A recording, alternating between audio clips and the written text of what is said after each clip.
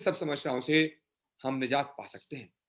एकमात्र आने वाले समय में यदि कोई दर्शन चलेगा, कोई वाद चलेगा, तो अब समाजवाद भी देख लिया हमने, साम्यवाद भी देख लिया, पूंजीवाद भी देख लिया।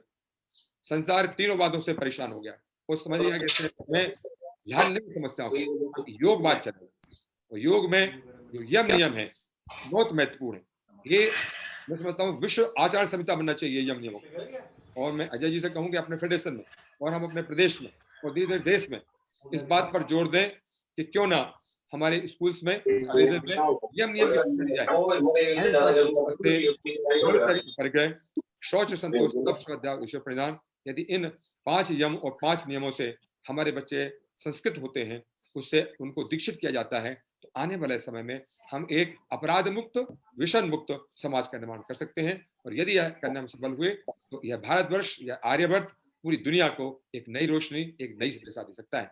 आने वाला समय मित्रों योग का है, और हम और आप सब भाग्यशाली हैं कि उस युग में हमने जन्म लिया जब योग ऋषि स्वामी रामदेव जैसी महान विभूतियां संसार में विचरण कर रही हैं, जिन्होंने योग के लिए एक नई परिभाषा दी, एक नई ऊंचाइयों पर योग को पहुंचाया।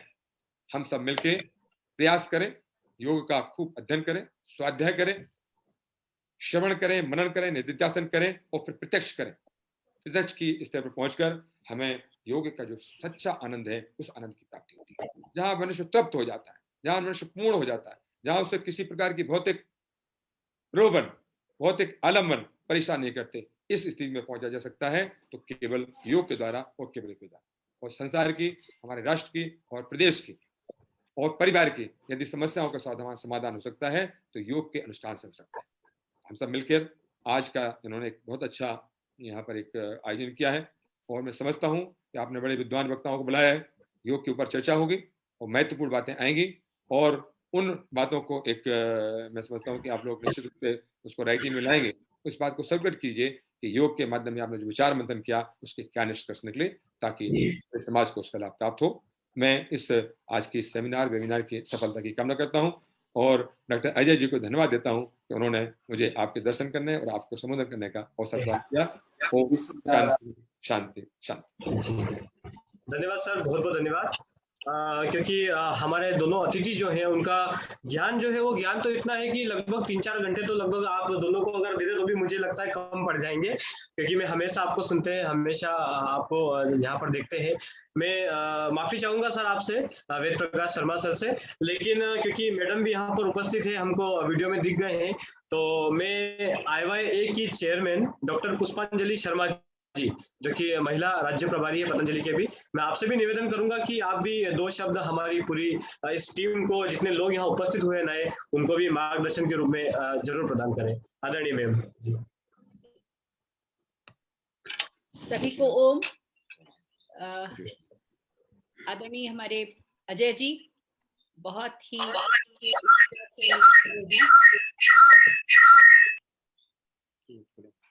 और सभी सम्मानित, सभी जो हमारे अतिथिगण आए हैं उनको, और सभी सम्मानित भाइयों बहनों, मुझे पता नहीं है, मैं अभी आई हूँ कि क्या विषय था, लेकिन योग के बारे में तो योग कर देता है, योग योग हो जाता है, प्लस हो जाता है। तो मैं अजय जी का एक बहुत बढ़िया, मैंने YouTube में और एक Facebook में भी आपका एक इंटरव्यू देखा था, बहुत अच्छा आपने उसको दिया था। तो अभी इतने सारे, और ये हम लोग परम पूज्य स्वामी रामदेव जी महाराज और ये पूरी टीम जो है, इन्होंने मिलकर के एक योग को एक ऊंचाइयों पर पहुंचा दिया। पहले हमको आज से 20-25 वर्ष पहले जब आपको पूछे, जब हम लोगों ने सोचा कि हमको योग सीखना है तो कहाँ जाएं, तो हमको पता चलता था कि कहीं वहाँ चले जाइए, वहाँ आश्रम में चले जाइए, और वो एक बड़ा दुर्लभ विषय होता था। पर आज घर घर में जो योग आ गया है, तो ये हमारे सभी जितने योगी हैं, हुए हैं, योग ऋषि हैं, उनकी ही कृपा है कि आज हम घर बैठे, देखिए, वेबिनार के माध्यम से भी चर्चा कर रहे हैं, और कभी ऐसा सोचा नहीं था जो कि योग एक खेल भी बन जाएगा। ये परम पूज्य स्वामी जी महाराज की बहुत पुरानी इच्छा थी कि योग को ओलंपिक तक पहुंचाना है, इसके लिए उन्होंने बहुत दिनों से प्रयास कर रहे थे, तो आज वो फलीभूत हुआ।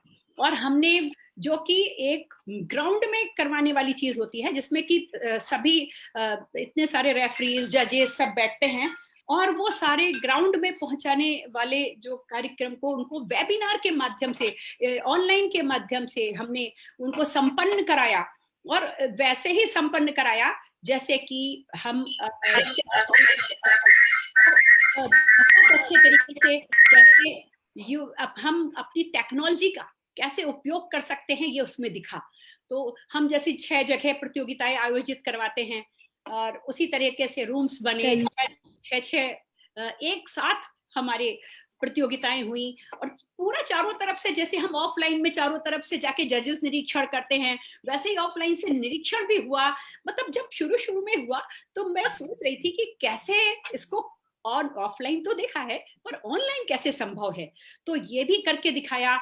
और इसमें मध्य प्रदेश को बहुत सौभाग्य मिला कि 6वें नंबर पर मध्य प्रदेश को पूरे राष्ट्र में आने का मौका मिला। इसके लिए हमारे सारे मध्य प्रदेश के सभी हमारे जो पूरे योगीगण हैं और सब पूरा जो हमारी योगासन स्पोर्ट्स टीम है, पूरे योग के जो जितने भी सब साधक हैं, सबको बधाई के पात्र हैं।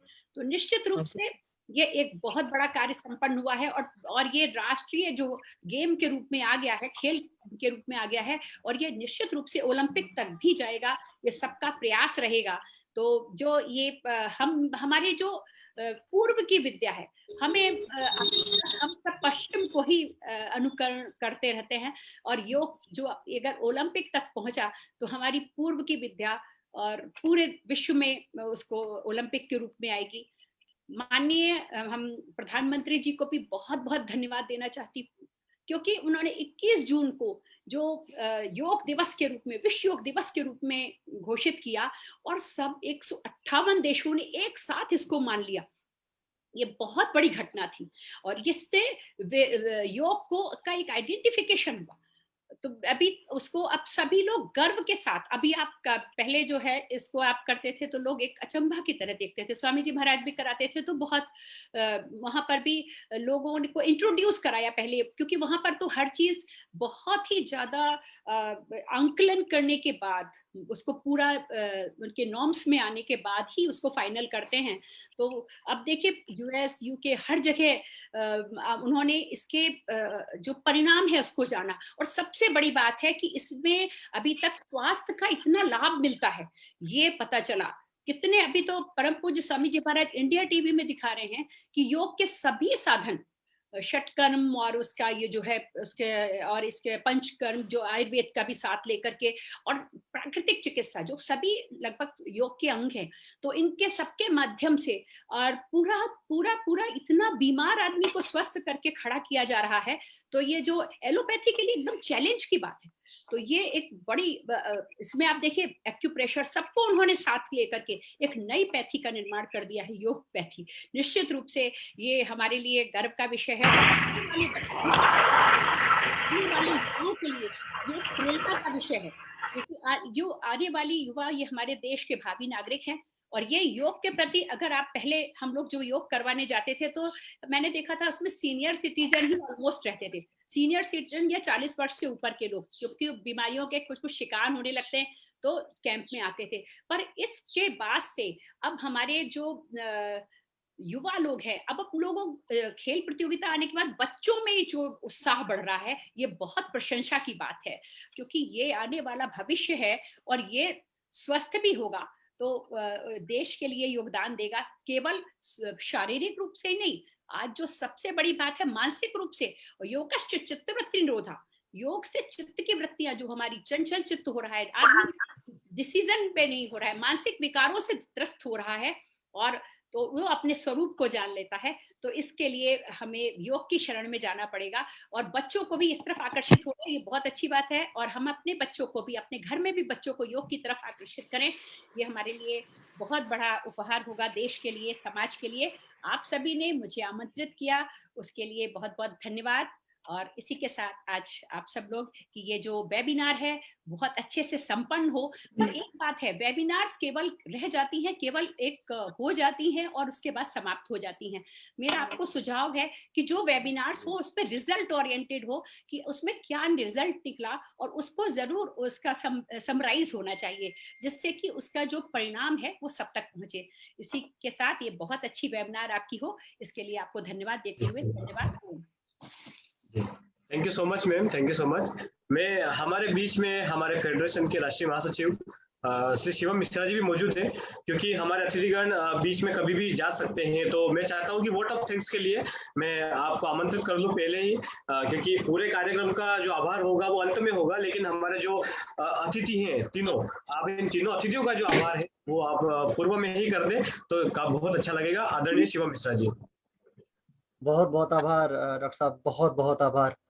एज अ जनरल सेक्रेटरी, महासचिव और आप सभी से छोटा होने के नाते भी मैं वास्तव में बड़ा आह्लादित होता हूँ ऐसी शख्सियतों को अपने बीच में पाके। परमादरणीय शर्मा मैम, आदरणीय वेद प्रकाश सर, पांडे सर, आप सभी की उपस्थिति हमारे बीच में, जर्मनी से डॉक्टर ज्योति जोशी मैम भी जुड़ी पड़ी हैं, और हमारे तमाम सहयोगी जो पूरे राज्यों से अनवरत सेवाएं देते रहते हैं।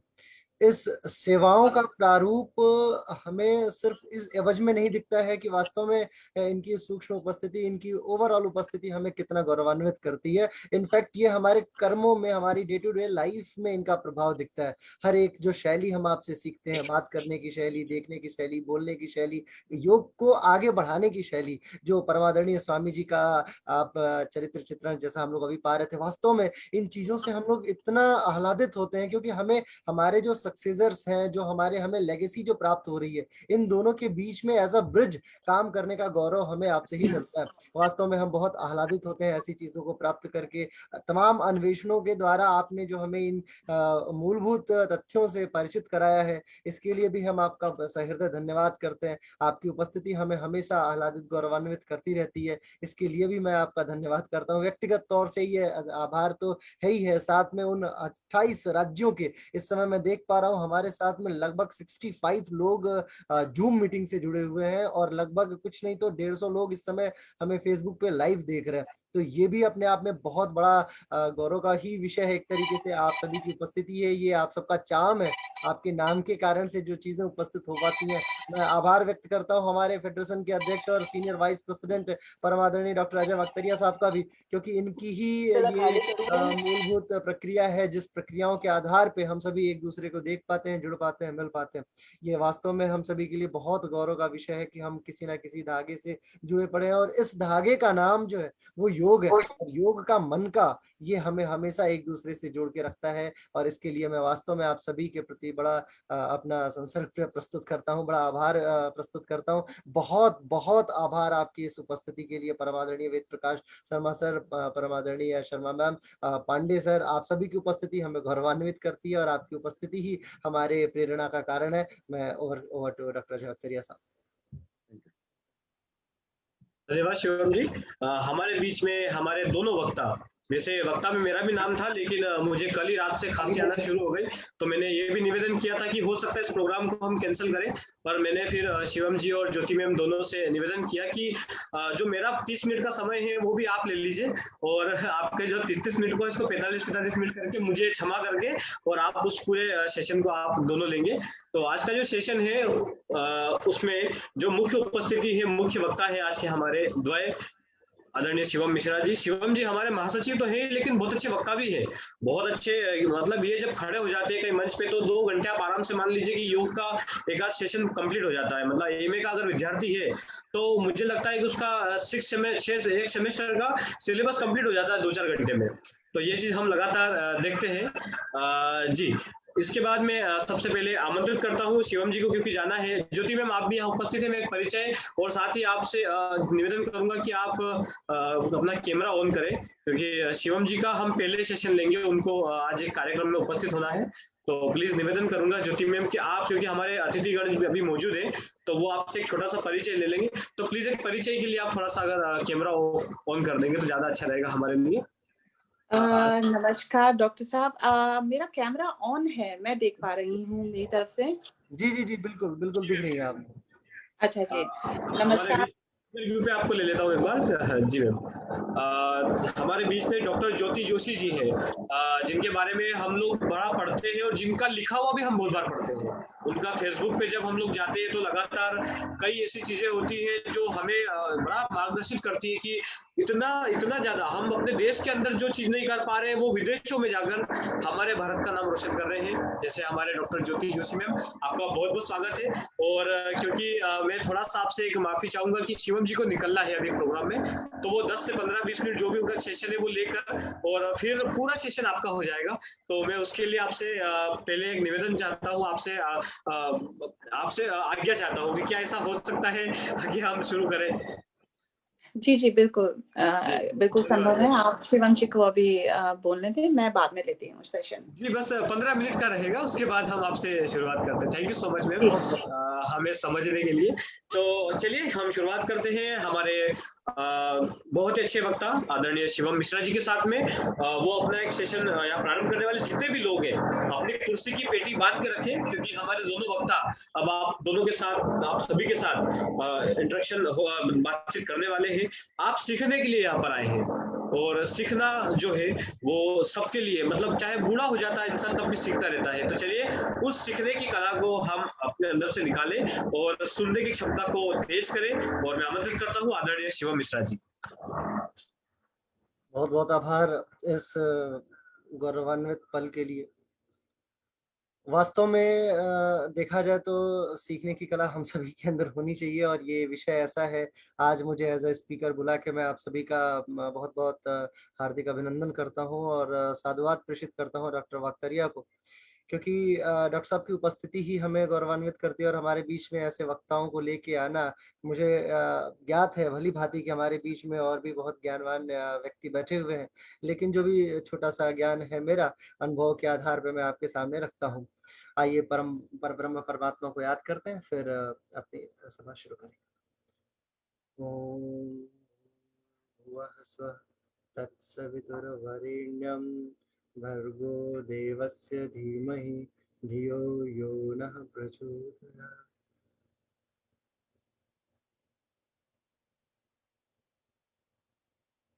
परब्रह्म परमात्मा की उपस्थिति, परम पूज्य गुरुदेव एवं परम वंदनीय माता जी की सूक्ष्म उपस्थिति में यहाँ उपस्थित तमाम हमारे बंधु बांधव, मित्र, सहयोगी, मातृशक्तियां। एक गीता में श्लोक आता है, वासंसी जीर्णानि यथा विहाय नवनि गृह्णाति नरोपराणि तथा शरीराणि विहाय जीर्णा न्यायानि संयाति नवानि देहि। मतलब ये है कि मनुष्य जैसे अपने पुराने कपड़े को छोड़ देता है और नए कपड़े धारण कर लेता है, ऐसे ही पुराने शरीर को छोड़कर आत्मा नई शरीर में जाती है। आज इस श्लोक से शुरू करने का बहुत बड़ा कारण ये है कि पिछले दिनों जीव विज्ञान जो एनाटॉमी है, जिसका मैं अध्यापक भी हूँ, उसे योग के अन्वेषण में लाया गया। विश्व के वैज्ञानिकों ने योग का एक ऐसा प्रादुर्भाव प्रतिस्थापित करने की प्रेरणा की जो हम सभी के लिए बहुत ही अलग विषय ज्ञात होता है। चूंकि योग एक फिलॉसफी है, आप सभी को ये बात भली भांति ज्ञात है, योग एक दर्शन है और दर्शन में विज्ञान को स्थापित कर पाना बहुत टेढ़ा काम है।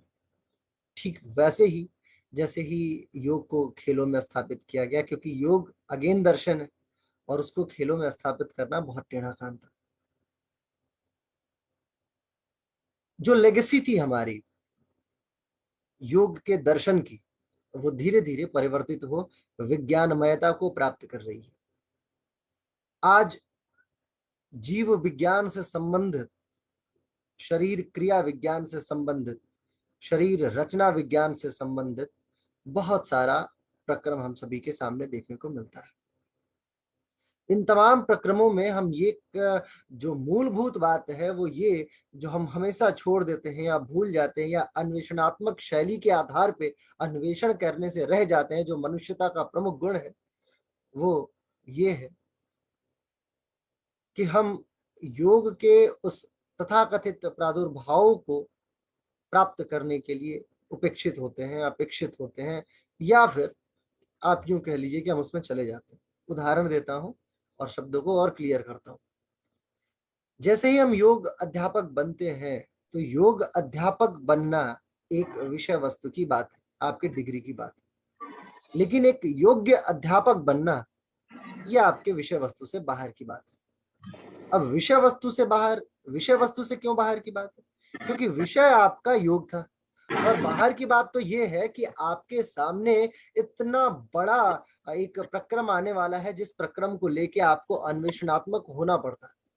ये अन्वेषणात्मक शैली क्या कहती है? ये शैली ये कहती है कि जैसे ही आप एक योग के विद्यार्थी बनते हैं, तो आपके सामने सबसे पहले आगे आने वाली जिम्मेदारियों का भरपूर अनुभव होना चाहिए। आप अध्यापक बनने वाले हैं, आप शिक्षक बनने वाले हैं, ट्रेनर बनने वाले हैं, थेरेपिस्ट बनने वाले हैं, तमाम चीजें हैं आपके सामने। लेकिन प्रश्न उस समय आके आपके सामने खड़ा हो जाता है जब आप अपने अन्वेषणात्मक शैली को छोड़ सिर्फ एक शिक्षक बनने के पीछे चले जाते हैं। और आज योग व्यवसायिता को प्राप्त कर रहा है, इसमें सबसे बड़ा जो नुकसान है वो मेरे विषय का है। और मेरा विषय विज्ञान, शरीर रचना और क्रिया विज्ञान। आपके सामने जैसे ही कोई बच्चा योग करता है, या कोई महिला योग करती हैं, या पुरुष योग करते हैं, या कोई वृद्ध महिला या पुरुष योग करते हैं, तो आप हर समय ये बात आइडेंटिफाई कर पाने के लिए बिल्कुल उपयुक्त अवस्था में नहीं होते हैं कि जो ताड़ासन हमारी शिक्षा का विषय था, उसमें ये तो कहीं नहीं बताया गया कि ये किसके लिए है। महिलाओं बस इतना बता दिया कि बच्चा करेगा तो लंबा हो जाएगा, महिला करेंगी तो हो सकता है उनका साइड जो है ठीक रहे, आपके एब्डोमेन में अम्बिलिकल रीजन ठीक रह सकता है। ये अन्वेषणात्मक शैली का विषय है, रचना विज्ञान और क्रिया विज्ञान। एक और संस्कृत में श्लोक आता है, यत पिंडे तत ब्रह्मांडे, जैसा पिंड है वैसा ही ब्रह्मांड है। अब ब्रह्मांड की शैली को जब हम देखते हैं, तो हम क्या देखते हैं कि हम भारत में हैं। भारत में एक प्रदेश है, उस प्रदेश में एक गांव है, गांव में एक जिला है, जिले में एक प्रदेश है, प्रदेश में एक देश है, वो देश के बाहर एक एक आपका महादेश है, जैसे एशिया है हमारा। इसके अलावा पूरा विश्व है, ग्लोब है, पृथ्वी है। पृथ्वी के बाद वो सौर मंडल का हिस्सा है, वो भी किसी आकाश गंगा, किसी गैलेक्सी के हिस्से में आती है, वो भी किसी ना किसी अलग बहुत बड़े मंडल के हिस्से में आता है। तो मतलब जितना आप ब्रॉड होते जाते हैं, उधर ब्रॉडनेस मिलती जाती है ब्रह्मांड में। लेकिन जब आप सूक्ष्मता की शैली में आते हैं, तो शरीर है, परिवार है, आपका परिवार में आप है, आपके अंदर शरीर है, शरीर के अंदर बहुत सारे सिस्टम है, उन सिस्टम्स के अंदर में बहुत सारे ऑर्गन्स, ऑर्गन्स के अंदर बहुत सारे टिश्यू कल्चर्स है, उन टिश्यू कल्चर्स के अंदर बहुत सारी कोशिकाएं हैं, उन कोशिकाओं की भी अपनी परिविधा है। और उन कोशिकाओं की परिविधा में भी एक केंद्र है, जिसको हम केंद्र कहते हैं न्यूक्लियस। उस न्यूक्लियस के पास में भी एक छोटा सा केंद्र है, जिसको न्यूक्लियाई बोलते हैं। डीएनए मटेरियल्स आता है, आरएनए मटेरियल्स आता है, फिर क्रोमैटिन्स आती है, क्रोमैटिनमाटा आता है। अंदर घुसते चले जाइए, वैज्ञानिकों ने हाथ खड़ा कर दिया, बस साहब क्रोमैटिनमाटा हमारी लास्ट संरचना है, इसके अंदर हम नहीं जा सकते। जिस प्रकार नासा के वैज्ञानिकों ने एक ब्रह्मांड शैली में जाके एक जगह हाथ खड़ा कर दिया कि अरे मैंने 2000 प्रकाश वर्ष दूर एक छोटा सा ग्रह खोज लिया। ग्रह तो रास्ते में बहुत सारा मिलता होगा, लेकिन उन्होंने 2000 प्रकाश वर्ष दूर जाके छोटा सा ढूंढा। ऐसे ही शरीर है। अब आप एक बात देखिए, गजब की बात यह है कि महर्षि पतंजलि, जिन्होंने योग दर्शन को लिखा और सबसे पहली बात लिखी अथर्व अनुशासनम। अब इसी का डिस्क्रिप्शन इतना टेढ़ा है, हर वक्ता, मैं पिछले 20 वर्षों से सुन रहा हूं इस विषय को, हर वक्ता अपने हिसाब से बताता है अथ योग अनुशासनम और स्थिरम सुखम आसनम। इन दोनों का डिस्क्रिप्शन संस्कृत के, क्योंकि मैं वाराणसी से हूँ, वाराणसी मूलभूत मेरे दादाजी का निवास स्थान हुआ करता था, और संस्कृत के प्रधान विद्वान वहां मिलते। मैंने हजारों वक्ताओं को सुना इस विषय पे, स्थिरम सुखम आसनम की ऐसी परिभाषा जिसमें स्थिरता पूर्वक सुख की अनुभूति हो, जो स्थिरता पूर्वक किया जाए। भाई मयूर आसन लगा के ना आपको स्थिरता मिलने वाली और ना ही सुख की अनुभूति, तो आसन नहीं है ये। या फिर आसन वो भी है कि जैसे ही आपके घर में कोई आया, हमने बोल दिया कि आप बैठ जाओ, तो आप आसन लीजिए, तो वो किसी भी तरीके से आड़े तिरछे होकर आपके सोफे पे बैठ गए, तो आसन वो भी हो गया। अब इन डिस्क्रिप्शंस को महर्षि पतंजलि ने शारीरिक तौर पे जो स्थापित किया है, वो जीव विज्ञानी, शरीर रचना विज्ञानी और क्रिया विज्ञानी समझाते हैं। संस्कृत के श्लोकों को वैज्ञानिकता प्रदान करना योग के आचार्यों का सबसे परम कर्तव्य होना चाहिए। संस्कृत नहीं आती है, अलग विषय है। भाई महर्षि ने एक चीज समझा कि ब्रह्मा का योग है। भाई 3 देवों का कॉन्सेप्ट आता है, क्योंकि योग तो महर्षि के बहुत पहले था। पुष्यमित्र शुंग के जहां तक मुझे याद है, आप महर्षि पतंजलि जो थे उनके पुरोहित थे। और पुष्यमित्र शुंग के लिए जो ब्राह्मण साम्राज्य के राजा हुआ करते थे, मुझे लग रहा है सातवाहन वंश से थे। उन शुंग वंश, सातवाहन के बाद शुंग आया था, उन दिनों में ये उनके लिए महर्षि पतंजलि ने बहुत सारे अश्वमेध यज्ञ कराए। तो ऑब्वियस सी बात है कि वेद उनसे भी पहले था, और वेद जब था तो वेदों में भी योग का वर्णन है, उपनिषदों में भी योग का वर्णन है, ब्राह्मण ग्रंथों में भी योग का वर्णन है, अरण्यकों में भी योग का वर्णन है। हमारे पास में और बहुत सारे ऑप्शन है जहाँ पे योग का वर्णन हमने देखा। तो फिर महर्षि पतंजलि ने इस पे जो पहली टिप्पणी की, अथ योग अनुशासनम, क्यों की?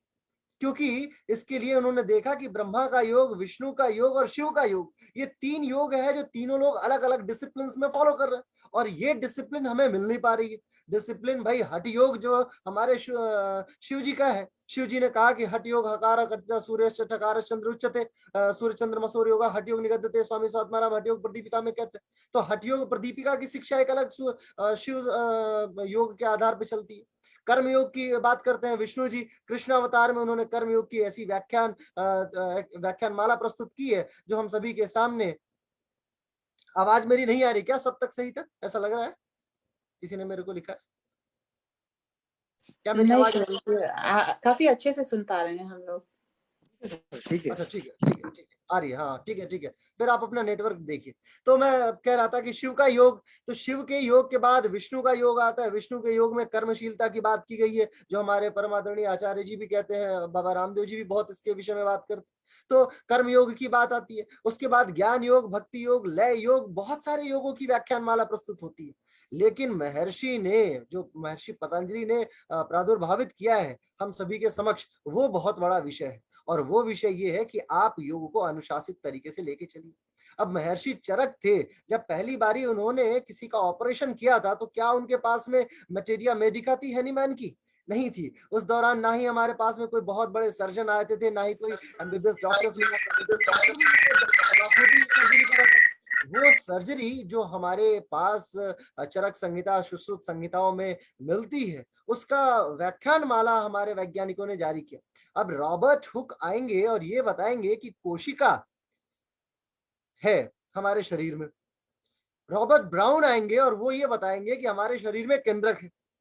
बेंडा आएंगे और वो ये बताएंगे कि हमारे शरीर में माइटोकॉन्ड्रिया है।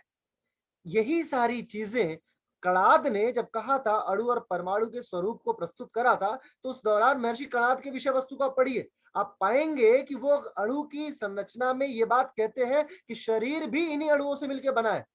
तो भाई हमें संस्कृत की बात ना समझ आए, इसलिए हम बेंडा की स्लाइडेन और स्वान की थियरीज को पढ़ते हैं। भाई स्लाइडेन और स्वान ने क्या चीज कहा है, आप ध्यान दीजिएगा, फोकस कीजिए। कोशिका थियरी जब आप पढ़ते हैं, सेल थियरी पढ़ते हैं, तो स्लाइडेन स्वान का एक व्याख्यान आता है। वो कहते हैं कि शरीर सूक्ष्म कोशिकाओं से मिलकर बनी है। अब शरीर सूक्ष्म कोशिकाओं से मिलकर बनी, ये बात कणाद ने बहुत पहले कह दिया था। इनफैक्ट शरीर के लिए नहीं, उन्होंने हर चीज के लिए कहा था कि दुनिया की हर एक वस्तु सूक्ष्म तथ्यों से मिलकर बनी है। तो महर्षि कणाद की बात को हम स्लाइडेन और स्वान के परिप्रेक्ष्य में पढ़ते हैं, तो हमारे लिए प्राउड का विषय। रॉस एंड विल्सन की एनाटॉमी लेते हैं और हमें लगता है कि ये दुनिया की सबसे अच्छी एनाटॉमी है। और यही बात जो हमारे आर्ष ग्रंथों में लिखा है, वो देख पाना हमारे लिए बड़ा मुश्किल है, क्योंकि उपस्थिति नहीं हमारे पास में। गजब की बात यह है कि आप डेविड कुल्टर की एक किताब है, एनाटॉमी ऑफ हठा योगा, आप लेके आइए, कभी आपको पढ़ने का मौका मिले तो आप देखिए। कॉल्टर ने लिखा है उसमें कि जो ये प्रश्वास के विषय में, श्वास प्रश्वास के विषय में मैं यहाँ व्याख्यान माला दे रहा हूँ, ये मेरा तो है ही नहीं, भारतीय ग्रंथों में इसके विषय में संस्कृत में लिखा है। बस मुझे संस्कृत नहीं आती, इसलिए मैंने अंग्रेजी में थोड़ा सा व्याख्यान माला आपके सामने प्रस्तुत की। कुल्टर का शब्द है, आप पढ़ लीजिएगा किताब में। अब आप देखिए, इतना जो व्यापक विषय है हम सभी के सामने विज्ञान का, उसे हम छोड़ते चले जाते। मेरा बस एक मानना ये है, आप सभी से अपेक्षा भी ये है कि एज अध्यापक आपको दर्शन का विज्ञानमय प्रारूप प्रस्तुत करना है समाज के सामने। ये सर्वाधिक कठिन काम है। एक कलाकार को वैज्ञानिक बताना आपके लिए बहुत टेढ़ा काम है, ये याद रखिए, क्योंकि कलाकार की कलाशीलता हर क्षण बदल परिवर्तित हो जाती है। आइंस्टाइन का सूत्र या आर्किमिडीज का जो थियरी है, या आर्किमिडीज का जो सिद्धांत है, कि आप जब किसी वस्तु में, जब किसी जल में, किसी द्रव में कोई वस्तु आंशिक या पूरी रूप से डुबोई जाती है तो उसके द्वारा हटाया गया भार वस्तु के द्वारा डूबे हुए भार के बराबर होता है। अब ये बात, ये बुक का नाम मैं बता दूंगा, सबको लास्ट में बता दूंगा, डेविड कुल्टर की किताब है, एनाटॉमी ऑफ हठ होगा। तो ये बात जो आर्किमिडीज ने कही है, जो आर्किमिडीज थियरी आती है, बर्नौली थियरी आती है, वो थियरी यहाँ भी भारत के किसी कोने में भी उतनी ही सत्य है जितनी सत्य वो जर्मनी में है या अमेरिका में। सही बात है ना ज्योति मैम? भाई आर्किमिडीज की थियरी हर जगह सत्य है, लेकिन कलाकार जो खुद, मान लीजिए पिकासो को भी आप यहाँ खड़ा कर दीजिए भारत में, तो वो वही कला एक बार बनाएंगे, हो सकता है वहां जाए तो थोड़ा बहुत परिवर्तन संभावित हो। तो कलाकार आप एज अ आर्ट प्रस्तुत करने जा रहे हैं और इसके विज्ञानमय प्रारूप को प्रस्तुत करना आपके लिए बहुत बड़ा काम है। विज्ञानमयता आपके लिए बहुत टेढ़ा काम होने वाला है। इसका मतलब ये है कि आपके कंधों पे दारोमदार डबल है, एक तो अध्यापक और दूसरे कला को विज्ञान बना के प्रस्तुत करना है, दर्शन को विज्ञान। अब लोग क्या करते हैं, दर्शन की परिभाषा देखिए, फिलोस और सोफिया दो शब्दों से मिला और मिलके बन गया फिलोसफी। अरस्तु ने कहा, प्लेटो ने कहा, क्या कहते हैं, और भी जितने सारे वैज्ञानिकों ने आए, हीगल ने कहा, मार्क्स ने कहा, लेनिन ने कहा, तमाम फिलोसफर्स आए, उन सभी ने कहा कि फिलोस और सोफिया, ज्ञान के प्रति अनुराग ही आपके ज्ञान का स्रोत है, आप कितना प्रेम करते हैं। और भारतीय लोगों ने क्या कहा कि दर्शन, जब आप किसी विषय वस्तु का दर्शन करते हैं, किसी भी चीज को आप कैसे देखते हैं, वो आपका ज्ञान है। अब आप अपने ज्ञान को, योग के ज्ञान को आप प्राप्त करते हैं और एज इट इज ना होके अपने दर्शन के अनुरूप प्रस्तुत कर देते हैं। बस यहीं पे योग की विज्ञानमयता प्रभावित हो जाती है। तात्पर्य मेरा सिर्फ इतना है कि आप यदि योग की विज्ञानमयता को वास्तव में प्रस्फुटित करना चाहते हैं, स्थापित करना चाहते हैं, तो उस प्रारूप हेतु आपका निर्धारण विज्ञानमयता की तरफ भी हो।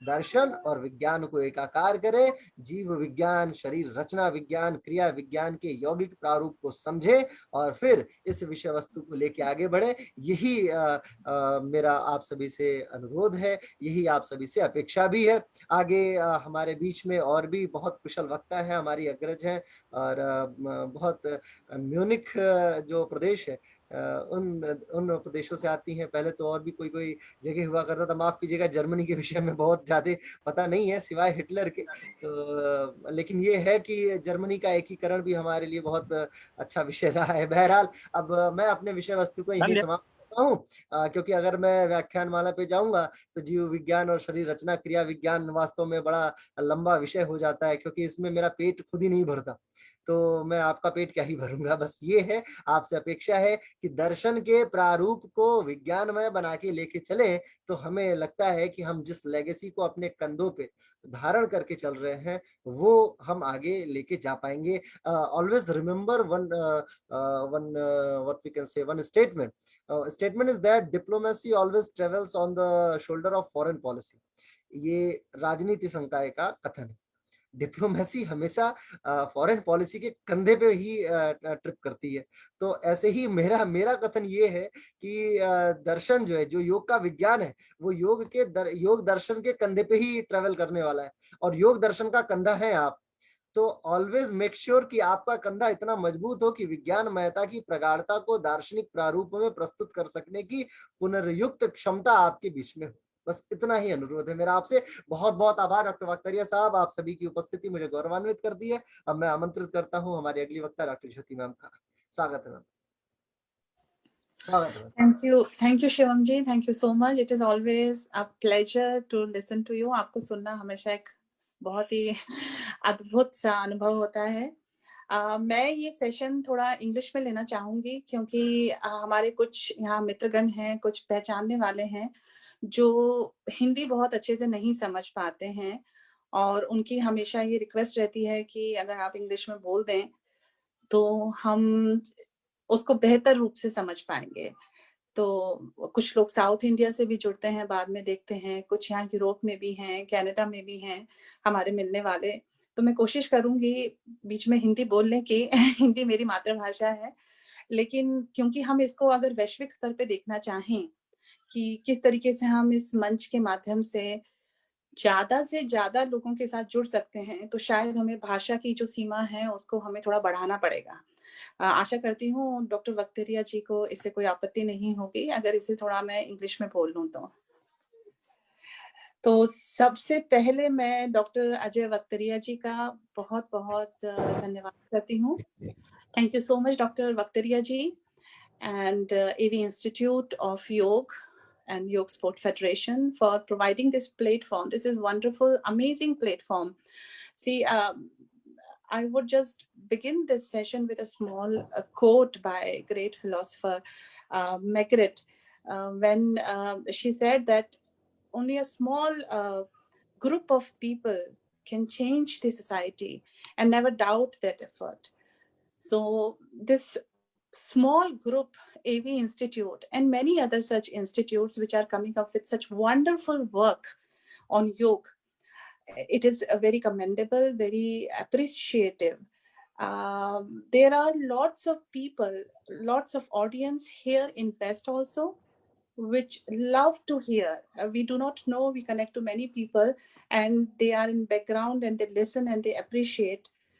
And today it was a pleasure not only to listening to the chief guest of honor of the workshop, but also to Shivamji.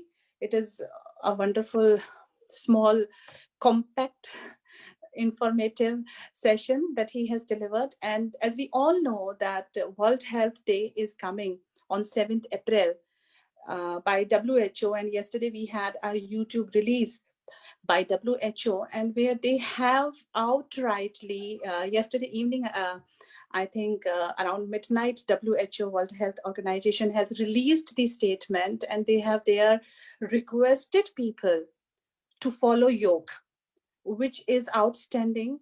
And we in India, maybe because we have grown up with this concept, we have seen this ancient dictum, we have lived by this, so we probably somehow down the line we forget how to follow it. But in the West, it is coming up like a huge storm. It was always there. So let's begin, and I would just quickly introduce myself. I'm Dr. Jyoti Joshi. I'm a business coach and trainer here in Europe. And I won't say I teach yoga, I help people to understand yoga. I train women and teenagers, especially the female teenagers here. And it is a wonderful experience. I have lived across many countries, many continents, USA, Canada, Germany, Europe, more than 13, 14 years. And I have been associated with this wonderful science of yoga. I have come across many people, and I thought it would be great if I share my point of view today on the philosophy of yoga. See, we all know what is yoga. Dr. Ajay Vaktaria ji, he is himself a PhD, and he knows philosophy of yoga more than here anybody on this platform today. I thought, let me share my perspective of the West, what they think about the philosophy of yoga. Reading the Sanskrit dictums, the shlokas of Parashar, and so many Upanishads and other strotas where we understand the language. It is our definitely fertile that we can easily understand, grasp this philosophy. But what about the people in the other continents, of other ethnicity, of other countries who do not understand this language?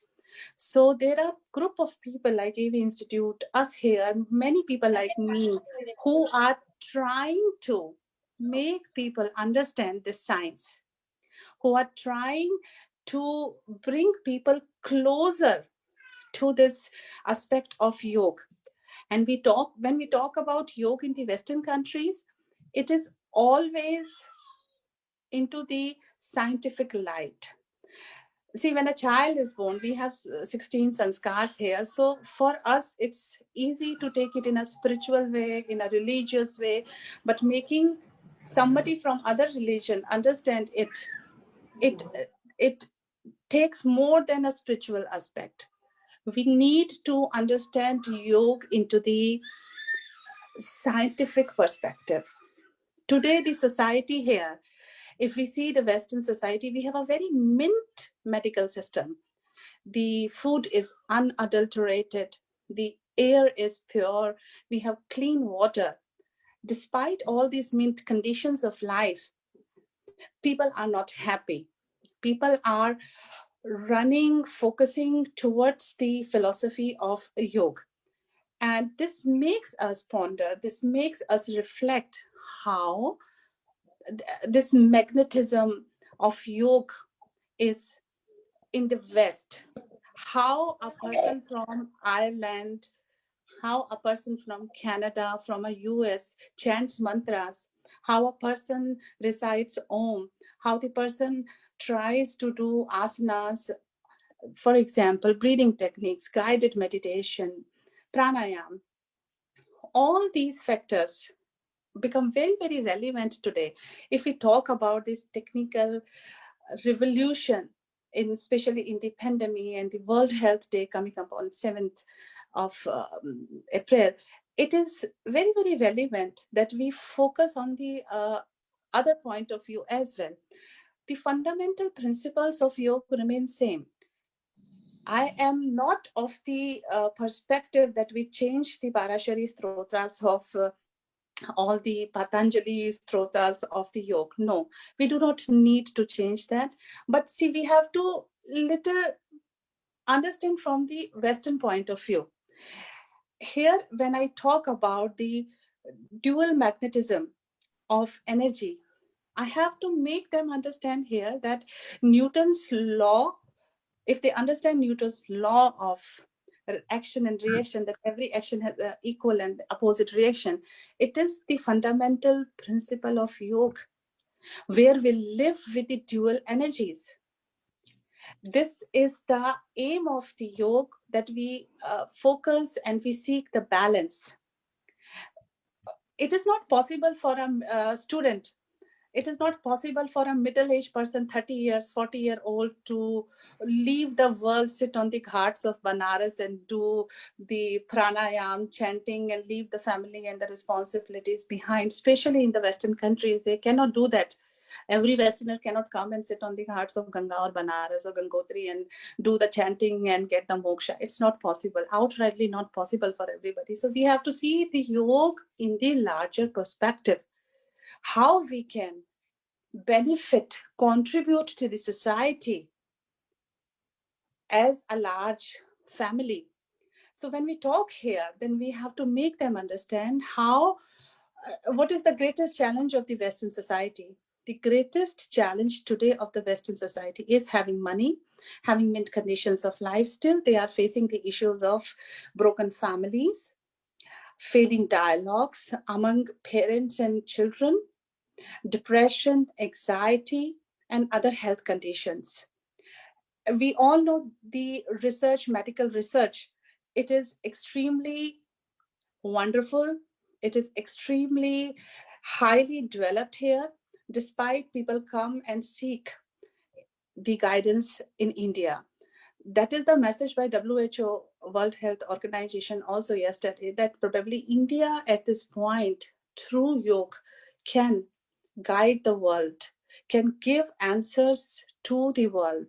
How India has survived anxiety and depression through all these times is something amazing, and yoga is the answer. So the philosophy of yoga, this ancient discipline of yoga, where we try to seek the emotional and the spiritual balance, is something, if we keep in mind, probably it would be more relevant for the foreign audience, because the religious aspect of it, chanting of mantras, probably do not interest them more.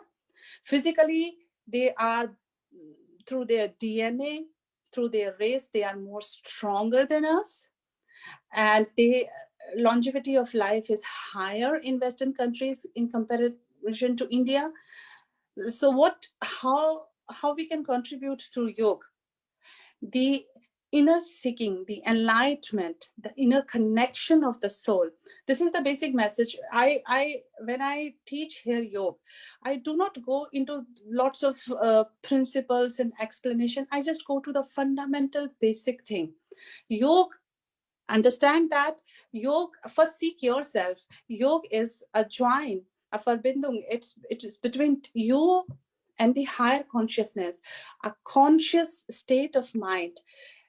Here in the Western countries, people are living with the compulsive state of mind. What is a compulsive state of mind? A compulsive state of mind is where the mind is forced, where the mind is controlled through outer things. For example, deadlines, work pressure, responsibilities, other health conditions, and so on. From this compulsive forced state of mind, how we can train the brain to go into the conscious state of mind. See, a conscious mind is a mind which is in complete control of itself. This mind is not forced. The key is with us. I have recently written an article which was hugely appreciated, and the article talked about the negativity that we face at the workplace among colleagues. And it is how we can be resilient to this negativity. How it is that somebody who we are meeting for 2 minutes can spoil our day. How it is that a simple 1 minute dialogue or a notification on our chat apps can change our mood. Because somewhere we are living in the compulsive state of mind. Our mind is not in our control.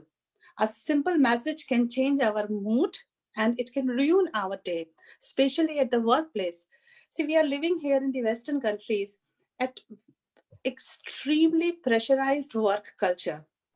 We have here lots of deadlines to meet, and the work culture is very anxious. So we have to seek somewhere this help of yoga. If there are any trainers or the people who are listening, I would only say if they want to reach to people beyond India, if they want to widen the scope of yoga outside India, try to see the problems that they are facing here and try to see how your training, yoga, workshop, seminars, webinars can give them a solution to it. They are already far ahead. They do not need money. They do not face the problem of adulterated food. The milk is pure. The food is pure. The air quality is extremely good. They do not need it. What they need is they are seeking higher consciousness, which can make and enlighten them and which can provide them with the uttermost highest happiness. If you focus on this point, probably you will plan your workshops such that they will contribute more and more to the Western audience. Another thing is that we have to, as Shivam Mishra ji also propagated here, and I would completely agree on it, that we have to, from this yogic philosophy, it is a cult. We all know it is very deep, and a lifetime is probably very, very small. Our ancient sages have lived for so many years. They have lived for, in the Samadhi state, they were for so many years, hundreds of years, and they could meditate and travel time. And that is a small reason that they could easily tell that how the biggest planet, Jupiter, they named it Jeshta, how they could see the star constellation, because they could meditate. See, we have to bring this cult. We have to bring this scientific aspect of yoga in the forefront. We cannot talk about that it is written so and so in Bhagavad Gita, where the karma yoga is taught.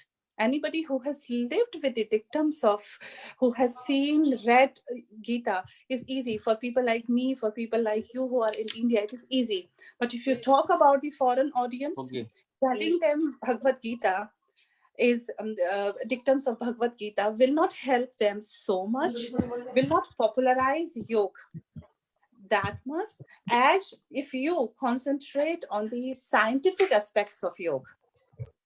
See, if you want people to live a more meaningful, mindful life. What we are doing, we are living a very helpless, hopeless and mindless life at times, not always, at times. When we eat, we are not mindful of what we are eating. If we are talking, we are not mindful of what we are delivering, what kind of energy that we are in connection with our audience. We are not mindful of our words, we are not mindful of our actions. Yoga teaches us this mindfulness. Yoga teaches us this consciousness. This mindfulness is scientific. You can change the neurocells of your brains. You can change it through controlling your breathing. This is scientifically proven. If we see the study in 2005 here, I take the example of Germany especially, it was a study on various groups of women. As I work more with the women, so my forte is with this study. So in 2005, a study was conducted and the data revealed that the neurocells of brain, as Shivamji also explained right now, the anatomy functioning.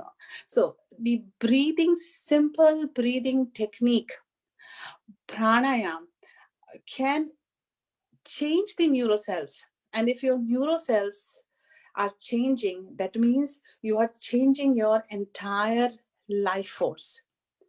You can control your behavior, you can control the way you talk, you can control the way you live a disciplined life. Probably we are now more than ever before, we have lots of avenues. With the increasing avenues, our inner consciousness is decreasing. We all have most of the facilities which our elders did not have 50 years back, but we are lesser happy, we are lesser contented, and the families are breaking, and we have less communication between the parents and the children. Society as a whole is not, as a family, is not developing. All these challenges, all these problems can have their answers in yoga. And these are bigger challenges in West.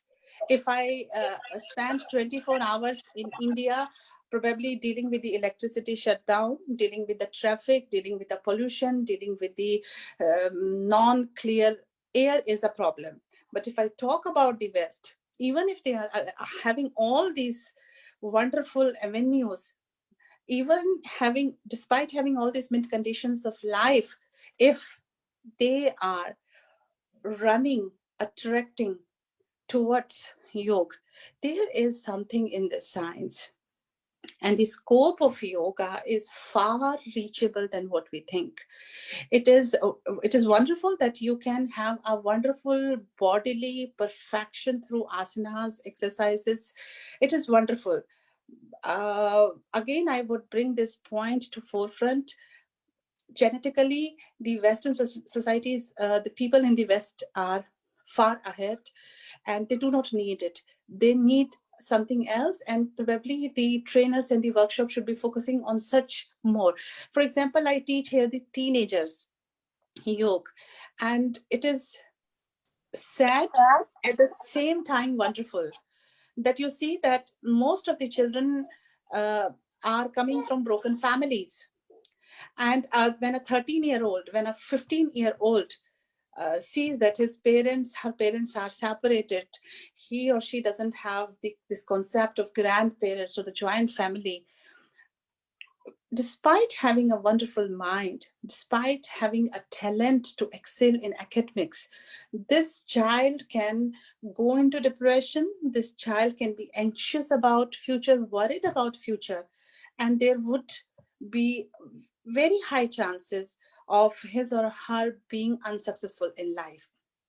So I try to focus on this aspect here, and I believe the philosophy of yoga, we do not need to complicate things. See, we do not need to share dictums and the written scriptures and tell people that on such and such page Patanjali has written this and this, and in this Upanishad, it is written. No, come back to basics, see the problem, and make a solution for that, and see how you can focus on this aspect and make yoga more popularized.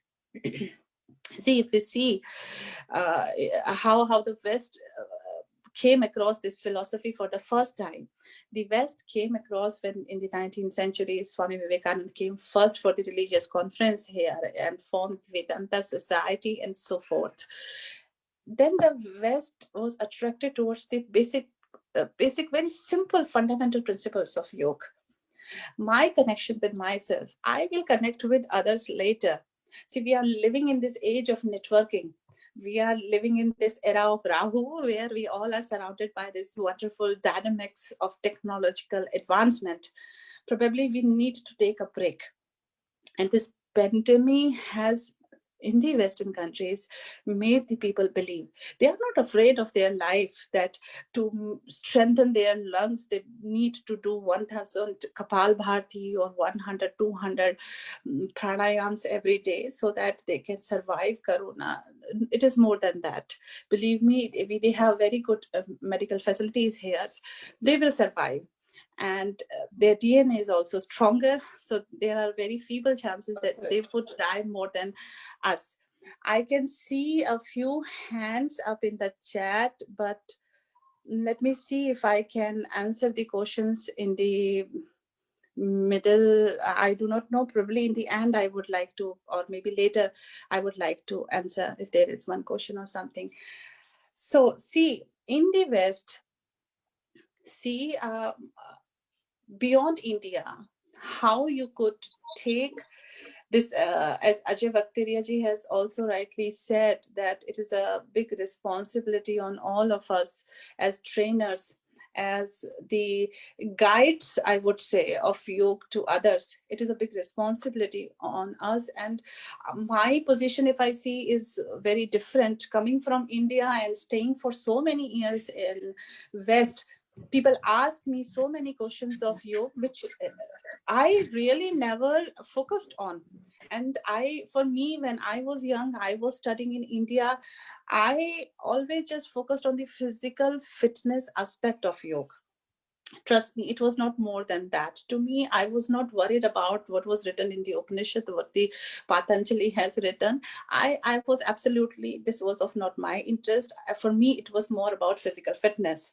But when I came here, when I interacted with people here, I found this is not what they are expecting from yoga. They are expecting a higher consciousness, how they can find the ultimate happiness. Probably we call it moksha, but how a living person can find moksha. You cannot ask a person who is living in the grihastha ashram to, forsake the world and do the bhajans and kirtan. It's not possible.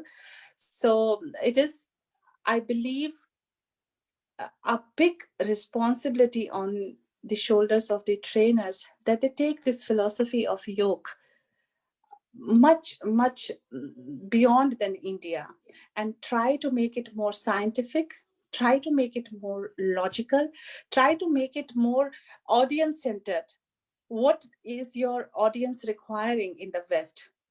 And then if you make and conduct such workshop, probably people will be benefited. You will be benefited in the end, no doubt, but the society will be benefited more.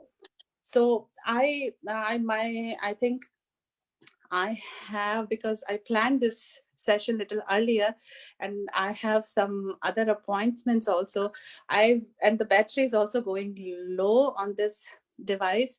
So probably I will not be able to continue more. So I would request Ajay Vakteriya ji to take over the session, or probably maybe we will, this is very, I would say yoga is very big and this one-day workshop is wonderful. It is a small trailer for the upcoming events, I'm sure. And this is a kind of motivation, warm-up session for the more and more people to join in. I would also try to share here as much as possible this wonderful a workshop. Because of the language aspect, probably because of the language barrier, many people won't be able to understand, but yes, they will join and they will look forward for speakers. And I hope and I wish all the best to AV Institute and our dear Dr. Saab. आपका बहुत बहुत आभार. Thank you so much. मैं क्षमा चाहती हूँ, actually मैंने थोड़ा सेशन पहले प्लान किया था. I have some more appointments and but I'm sure we will join some other day. And audience को भी बहुत बहुत आभार. Thank you so much. धन्यवाद मैम. आई होप मेरी आवाज सब तक पहुंच रही होगी, क्योंकि मैंने एंट्री लगा लिए थे और क्योंकि मैं सुनने का बड़ा शौकीन हूँ और सुनना मुझे बड़ा अच्छा लगता है, चाहे कोई भी हो, और हमेशा सुनते रहना चाहिए, ये सीखा भी है. मैं धन्यवाद करना चाहूंगा डॉक्टर ज्योति जोशी मैम का. आपने सेशन लिया और जैसे आपने कहा कि समय तो मैं आपको बताऊं कि जितना योग जो है, कोई सीखता है नहीं कि एक ही दिन में सीख जाएंगे. तो योग के लिए तो बस आप जितना दे सकें उतना कम है, और हम तो आपसे समय लेते रहेंगे हमेशा और लेते रहते हैं कहीं ना कहीं. तो बहुत बहुत धन्यवाद. अच्छा, बहुत सारे लोग बोल रहे थे, मुझे स्पेशली मैसेज आए, सर आप सेशन ले लीजिए, मैं रेडी हूँ लेने के लिए. लेकिन थोड़ा सा यही है कि अगर मैं बीच में क्योंकि आप समझ रहे हैं अभी कोरोना अपनी वो ना एक कहावत है, इसलिए मैं थोड़ा कॉमेडियन भी हूँ. मैं एक एंकर हूँ, तो मेरी कॉमेडी बीच बीच में चलती रहती है. तो थोड़ा सा ये है कि भाई अभी खांसी वाला मामला आपको पता ही है किस तरह से चल रहा है, कोरोना चल रहा है. तो कहावत है कि अपनी खांसी खांसी और दूसरों की कोरोना. तो आप बिल्कुल मुझे ऐसा समझो ना, क्योंकि मेरा कुछ नहीं है यहाँ पे. मेरा बड़ा सिंपल और सात्विक मामला है, सिंपल खांसी है और उसी के साथ काम कर रहा हूँ. लेकिन सभी की एक वो था, इच्छा थी कि यार नहीं अजय सर आप भी ले लीजिए, और प्राणायाम का सेशन है तो स्पेशली बनता है कि सेशन लेना चाहिए. चलिए शुरू करते हैं हम लोग, और आप मेरे साथ भी थोड़ा सा जुड़े, मेरे हैंड फ्री को ना देखें, मेरे चेहरे को ना देखें, आप केवल मेरी बात को सुनेंगे, मुझे अच्छा लगेगा. क्योंकि मैं जरा यहाँ पर खुद ही अजीब से बैठ रहा हूँ, तो मुझे पता नहीं चल रहा मुझे करना क्या है. जब इंसान बीमार होता है तो उसको ऐसा ही लगता है. चलिए शुरुआत करते हैं मेरे सेशन की. और सबसे पहले मैं जितने भी यहाँ पर हमारे स्पीकर्स अभी तक आए हैं जो पधारे थे, मैं आप सभी को बहुत बहुत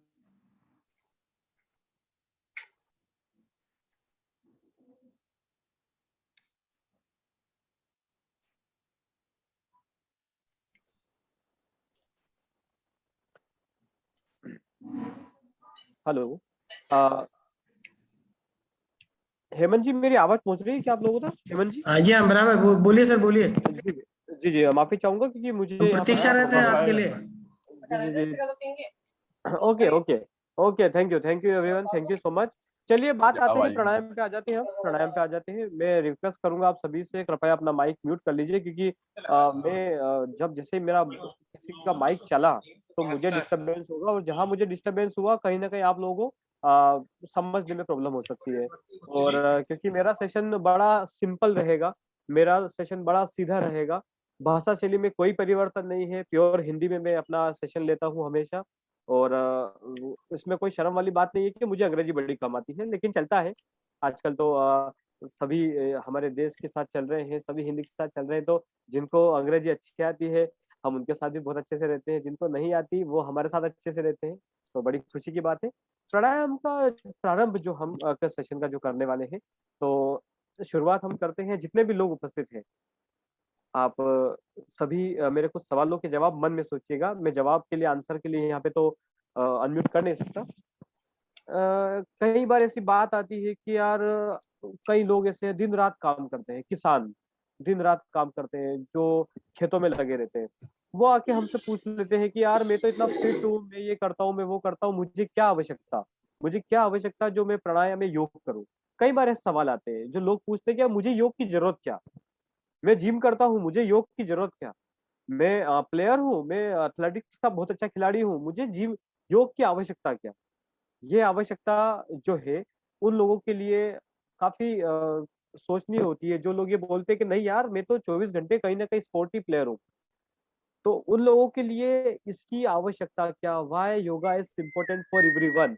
इसका सवाल का जो जवाब है, उस जवाब को आज हम आप मेरे साथ में यहाँ पर समझने वाले हैं. तो इसके लिए हम प्रारंभ करते हैं. पहली चीज, यहाँ पर कई महिलाएं हैं, यहाँ पर कई ऐसे लोग हैं जिन्होंने वास्तविकता में खाना तो बनाया होगा एक आध बार जीवन में, कभी ना कभी खाना, क्योंकि कोई बड़ी बात नहीं है खाना बनाना, नॉर्मली सब लोग कहीं ना कहीं बनाते हैं. सबने एक बार खाना बनाया होगा। अच्छा, सब्जी सभी लोगों ने बनाई होगी, जितने भी लोग हैं, बढ़िया तेल वेल डाला, मिर्च मसाला डाला, सब्जी बनाई।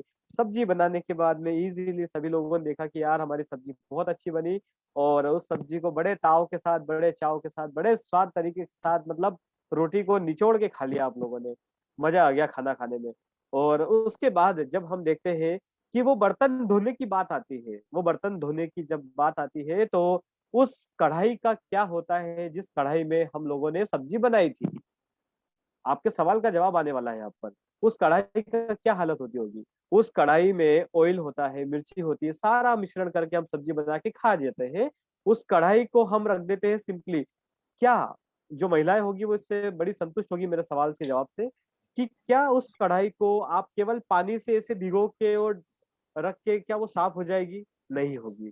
ये आप सभी जानते हैं। उसको आप नींबू डालेंगे या साबुन से घिसेंगे, या जो भी आप मामला आपका जो रहेगा, उस तरह से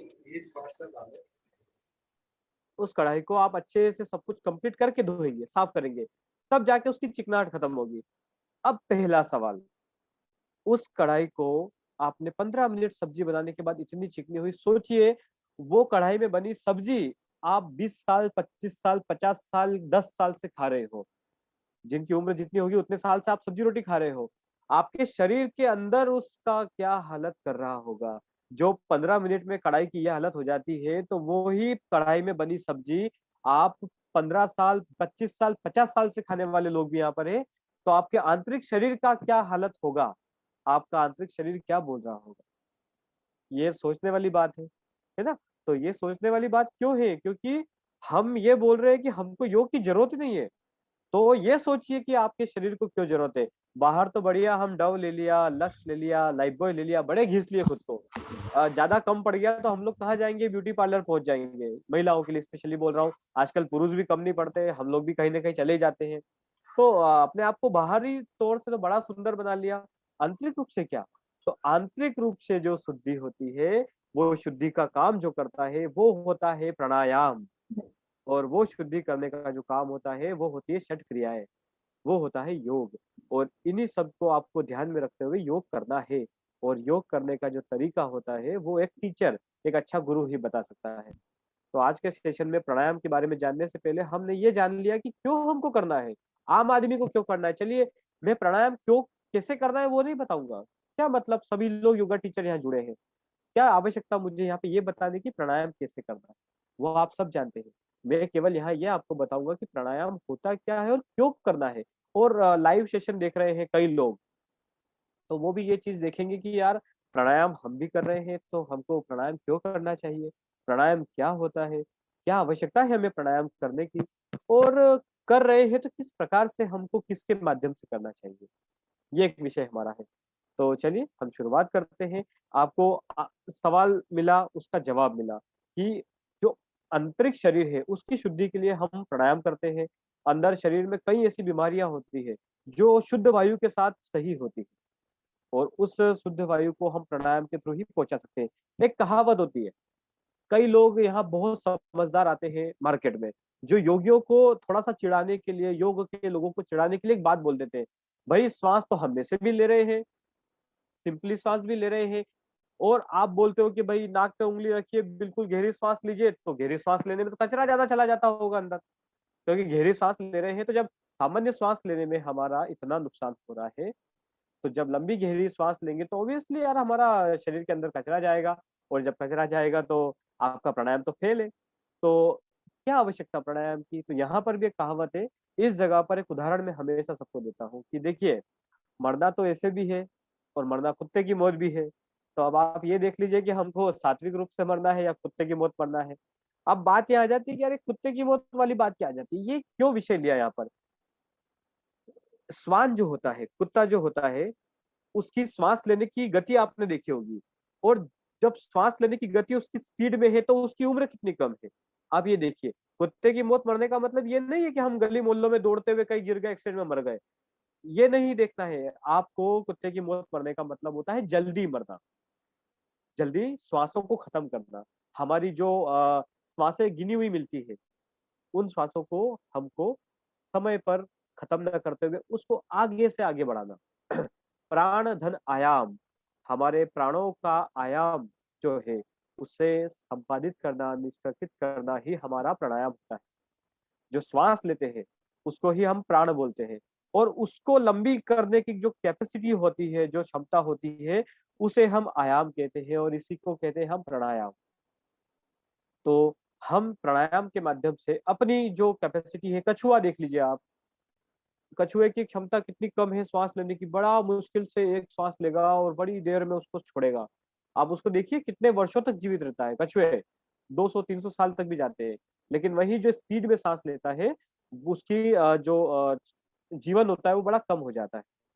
मतलब बड़ा सीधा तरीका है, बड़ा देसी तरीके से मैं आपको समझा रहा हूँ कि प्राणायाम क्यों करना है, और यही तरीका आपके सामने वालों को भी समझ में आएगा। आप सोच ले कि यार मेरे सामने वाले बंदे हैं, उनको मैं एकेडमिक नॉलेज दूं। एकेडमिक नॉलेज क्या होता है? एकेडमिक नॉलेज जो आपने किताबों में पढ़ा है, प्रैक्टिकल नॉलेज जो आप खुद महसूस करते हैं। और योगी वही होता है जो प्रैक्टिकल नॉलेज खुद ग्रहण करेगा, उसके बाद मार्केट में उतरेगा। कई लोग पढ़ के 2-3-4 महीने का डिप्लोमा डिग्री करेंगे, एक आध सर्टिफिकेट कोर्स करेंगे और बन गए योग गुरु। योग गुरु बनने के बाद जाएंगे और बढ़िया योगा सिखाएंगे। योगा सिखाने के बाद पता चला कि जो योग सिखा रहा है वो भी बीमार, जो सीख रहे हैं वो भी बीमार, कोई फायदा ही नहीं। कारण क्योंकि सीखा ही नहीं हमने सही से, और सीखने के बाद खुद पर प्रैक्टिकल नहीं किया। जब तक योग खुद पर प्रैक्टिकल नहीं करेंगे, जब तक योग को हम खुद के लिए नहीं महसूस करवाएंगे, तब तक योग हमारे किसी काम का नहीं। आप एक अच्छे टीचर बन रहे हैं, क्यों? क्योंकि हमको आर्थिक उन्नति भी चाहिए। केवल शारीरिक उन्नति जीवन को आगे नहीं बढ़ाती, आर्थिक स्तर पर भी हमको मजबूत बनना पड़ेगा। और योग जो है एक ऐसा विषय है जो समाज सेवा का विषय है। और कई लोग यहाँ पे आके बड़ी बड़ी बातें करते हैं, योग थोड़ी पैसों से बेचा जाता। मैं तो इतनी बात बोलता हूँ, जब लोग शराब बेच सकते हैं पैसा लेकर, जब लोग तंबाकू बेच सकते हैं जो कि गंदी चीजें हैं, उसका पैसा वो ले सकते हैं, तो हम तो भैया योग दे रहे हैं। और योग शरीर की शुद्धि, शरीर को मजबूत करने का काम कर रहा है, तो हम अगर 2-4 पैसे ले ले तो हम क्यों बुरे? तो ये चीज भी आपको ध्यान रखना है कि समाज सेवा अगर हम कर रहे हैं तो आर्थिक स्थिति जी आपकी मजबूत होना चाहिए, वरना समाज आपको एक्सेप्ट नहीं करेगा। फ्री वालों की वैल्यू नहीं होती। आज ये सेशन फ्री ऑफ कॉस्ट है। कितने लोग जुड़े हैं मैं आपको बताता हूँ, 50 लोग अभी मेंबर जुड़े हुए हैं। इसके पहले एक सेशन हुआ था जिसको मैंने 100 रुपीज पे रखा था, उसमें 390 लोग शामिल थे। अब आप देख लीजिए कि 100 रुपए देने के बाद मेरा 400 का आंकड़ा था, लेकिन आज जब फ्री में मिल रहा है तो 50 से ऊपर 60-70 तक जा रहे हैं। कारण फ्री का वैल्यू नहीं होता, और ये वैल्यू आपको अपने आप की बढ़ानी है कि आप भी योगी जो है, मैं ये नहीं बोल रहा हूँ कि आपको पैसा लेना है, ये नहीं बोल रहा हूँ, लेकिन समाज सेवा जो है वो करते हुए अगर हमारी आर्थिक सेवा हो रही है तो उसमें कोई बुराई नहीं है। तो ये एक अर्थ पे चला गया था मैं विषय से हटके, लेकिन प्राणायाम जो है, प्राणायाम विषय को हम इसमें बीच में लाते हैं। अब प्राणायाम की बात करने से पहले सबसे पहले हम जान लेते हैं प्राणायाम के पंच तत्वों के बारे में। आप सभी देखते हैं कि हमारा शरीर पंच तत्व से बना है। पंच तत्व सभी लोग जानते हैं, है ना? पृथ्वी, अग्नि, जल, आकाश, वायु। तो ये सब चीजें जो है ये क्यों हमें प्राणायाम में आवश्यकता है? प्राणायाम जो होते हैं वो इन पांचों तत्वों को समान करने की कोशिश करता है, इन पांचों तत्वों पर प्रभाव डालता है। अच्छा, हम अपने उंगलियों में भी यहाँ पर देखते हैं कि जब हम एक्यूप्रेशर करते हैं तो पंच तत्व दिखाते हैं। क्या दिखाते हैं भाई? कि हमारे हाथ में पंच तत्व है। कौन कौन से पंच तत्व है? कौन सा सूर्य है, कौन सा आकाश है, कौन सा वायु है, कौन सा जल है, कौन सा पृथ्वी है। तो इन तत्वों के आधार पर हम एक्यूप्रेशर करते हैं।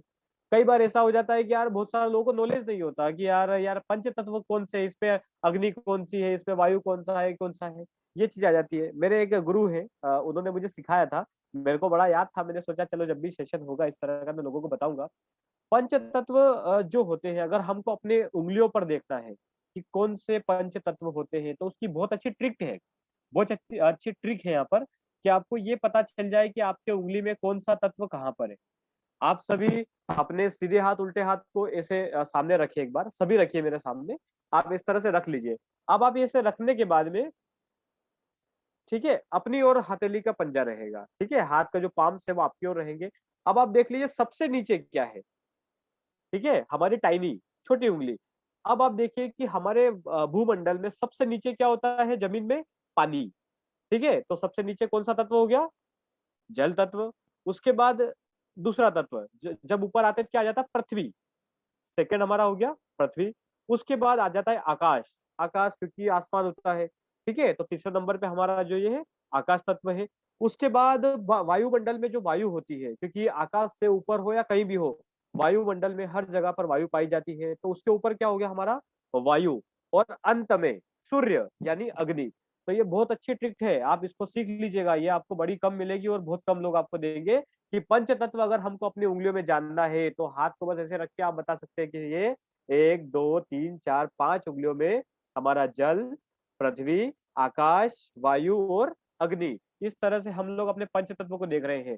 प्राणायाम जो होते हैं हमारे जल तत्व को समान करता है। समान मतलब एक लेवल पे लेकर आता है। शरीर 70% पानी है हमारे अंदर। शुद्ध वायु आप देखते हैं ना, जब शुद्ध वायु होती है तो अपने आप जल स्वच्छ होता है। तो उस तत्व को प्राणायाम हमारे शरीर में सही करता है। मेरी लैंग्वेज आपको थोड़ा-सा देसी लगेगी क्योंकि मैं तैयारी के साथ नहीं हूँ और तैयारी की ज़रूरत पड़ती भी नहीं है। जो होता है हम विषय बोल देते हैं और थोड़ा देसी तरीका है। तो आपने ये देखा। सेकंड पृथ्वी, पृथ्वी तत्व यानी हमारा जड़ तत्व, हमारा भौगोलिक जो हमारा शरीर है, तो उसको भी आंतरिक रूप से मजबूती का काम करता है। तीसरा आकाश तत्व शरीर के अंदर भी पाया जाता है। उसको मजबूत उसको मतलब एक लेवल पर लाने का काम करता है। उसके बाद वायु, वायु क्योंकि हम वायु ले रहे हैं, वायु छोड़ रहे हैं, तो वहाँ पर भी आप देख रहे हैं कि प्राणायाम के थ्रू हमारा वायु जो एक अंग है, वायु जो हमारा एक तत्व है, उसको भी ये सुदृढ़ता में लाने का काम कर रहा है। अग्नि, अग्नि यानी हमारा पूरा जो पेट का एरिया होता है, जहाँ पर हम बोलते हैं ना अग्नि 7 तत्व होते हैं, जहाँ पर हम भोजन करते हैं, खाना गर्म पानी वाले जो सिस्टम होता है हमारा कि हम गर्म पानी पीना चाहिए, ये वो सारी चीज़ें, तो उसको भी सुदृढ़ता देने का काम करता है। बहुत सिंपल, बहुत ही सात्विक शब्द है। एक-एक छोटा बच्चा भी होगा तो वो समझ जाएगा कि हाँ, किस तरह की बात हो रही है। तो आप लोगों ने ये समझा कि क्यों हम प्राणायाम करना चाहिए, क्यों लोगों को यहाँ पर ये सोचना चाहिए कि प्राणायाम करना ज़रूरी है। चाहे वो प्लेयर हो, चाहे वो बॉडी बिल्डर हो। अच्छा एक कहावत है, कई लोग बोलते हैं कि यार मैं बॉडी बिल्डिंग करता हूँ। कई लोग बॉडी बिल्डिंग को भी योग से जोड़ देते हैं, एक्सरसाइज को भी योग से जोड़ देते हैं, लेकिन एक्सरसाइज योग नहीं है। योग योग है, एक्सरसाइज योग नहीं है। खेल अपनी जगह, एक्सरसाइज अपनी जगह, योग अपनी जगह। योग यानी प्राणायाम, आसन, ठीक है? जब हम फिजिकली कुछ कर रहे हैं तो वैसे तो हमारा अष्टांग योग में यम, नियम, आसन, प्राणायाम, प्रत्याहार, धारणा, ध्यान, समाधि हर चीज़ों का उल्लेख है। समाधि तक तो हमको जाना नहीं है। क्यों? क्योंकि हम लोग पारिवारिक लोग हैं। हमको अपने स्तर पर रहकर काम करना है, लेकिन यम नियम का पालन हम ज़रूर करें। आसन प्राणायाम हम करके अपने शरीर को सही रख सकते हैं और शरीर जब मजबूत होगा तो मन मजबूत होगा, मन मजबूत होगा तो आपके काम बड़े अच्छे होंगे। तो आपको प्राणायाम को भी बड़ा ध्यान से देखना है, प्राणायाम को भी बड़ा अच्छे से लेना है अपनी क्लासेस के अंदर। कई बार योगा टीचर्स जो होते हैं वो आसनों पे बड़ा फोकस करते हैं। आसन, प्रैक्टिकल सेशन होना चाहिए, आसन होना चाहिए। लेकिन हमारे इमोशनल जो होते हैं, इमोशनली जो हमारे हार्मोन्स होते हैं बॉडी के अंदर, उनको अगर कोई चीज एक्टिव करती है, कोई उनको अगर मैनेज करती है, तो वो प्राणायाम होते हैं। तो आप आसनों से ज्यादा प्राणायाम पर महत्व दें। और ये क्यों? क्योंकि हमको मानसिक रूप से भी स्वस्थ होना है। कई लोग आसन में दिखाते हैं कि आसनों में हम ये आसन भी बड़े इंपॉर्टेंट है, लेकिन आसनों को ही बताते हैं आसनों से ये बीमारी ठीक होती है, आसनों से वो बीमारी ठीक होती है, आसनों से हम ये चीज कर सकते हैं, वो चीज कर सकते हैं। लेकिन ये भी जरूरी है कि हम लोगों को आसनों के साथ-साथ में प्राणायाम को ज़्यादा इम्पोर्टेंस देना है। प्राणायाम को ही हमको लेकर चलना है। यहाँ पर कई स्टूडेंट्स हैं, जो अभी पढ़ाई कर रहे होंगे। यहाँ पर कई ऐसे लोग हैं जो अभी पढ़ा रहे होंगे। यहाँ पर कई ऐसे लोग भी हैं जो अभी अपने अच्छे काम में लगे हुए होंगे, यानी योग के टीचर होंगे। अब योग के टीचर हैं, योग की बात है, तो ये भी हक बनता है कि यार हमको योग के अंदर हर चीज़ पढ़ानी चाहिए, सिखानी चाहिए। प्राणायाम कोई बहुत बड़ा विषय नहीं है। लेकिन बहुत ज़्यादा बड़ा विषय है। अब यहाँ पर सेशन में अगर मैं उस विषय को लेने जाऊँगा तो मुझे 2 घंटे चाहिए, जो कि समय है नहीं, 2 बजे खत्म करना है। तो मैं एक काम करता हूँ, प्राणायाम के साथ-साथ में कुछ योगा की ऐसी टिप्स जो आपको अपनी लाइफ में काम आएगी। जितने योगी हैं, टीचर्स हैं, जो योगा सिखाते हैं, क्लास चलाते हैं, उनको काम आएगी। मैं उस विषय पे थोड़ा-सा आ जाता हूँ। अक्सर मैं सब्जी रोटी पे आ जाता हूँ हर बार, क्योंकि देसी आदमी है, सब्जी रोटी पे आ ही जाते हैं हम लोग। खाने के लिए ही काम करते हैं, खाने के लिए जीते हैं, खाने के लिए कमाते हैं। तो भोजन हमारे लिए बड़ा इंपॉर्टेंट है। खाना हम अगर एक ही प्रकार का डेली खा रहे हैं, तो 100% श्योर है कि एक ही प्रकार का खाना आपको 3-4-5 दिन में उबो देगा। रोटी हम खा सकते हैं, एक सब्जी आप लगातार 1 दिन, 2 दिन, 3 दिन, 4 दिन, 10 दिन, 15 दिन खा लोगे आप। 16वें दिन वो सब्जी आपके बॉडी एक्सेप्ट करना बंद कर देगी, भाई एक ही सब्जी मत खाओ। आप चाहोगे तो भी वो सब्जी आप नहीं खा सकोगे। रीज़न, क्योंकि आपकी बॉडी उसको एक्सेप्ट नहीं करेगी। क्यों नहीं करेगी? क्योंकि शरीर जो होता है वो एक चीज को लगातार एक्सेप्ट नहीं कर सकता। तो ये बताइए कि जब शरीर किसी सब्जी को लगातार एक्सेप्ट नहीं कर सकता, तो एक ही आसन को वो डेली एक्सेप्ट कैसे करेगा? आप क्लासेस में देखते हैं क्या होता है? आजकल क्लासेस क्या चलती है, एक ही प्राणायाम, एक ही आसन लगातार चलते रहते हैं। यानी अगर आज हमने पश्चिमोत्तासन, धनुरासन, सर्वांगासन, मत्स्येंद्रासन और ये करा दिया, तो कल भी वही, परसों भी वही, नरसों भी वही, और लगातार वीक कर दिया, और फिर 1, 2, 3, 4 वीक के बाद में वो सामने वाला बोर होके घर बैठेगा, और आप ये सोच के बैठोगे कि यार मेरे में क्या कमी थी कि मेरी क्लास नहीं चल रही थी।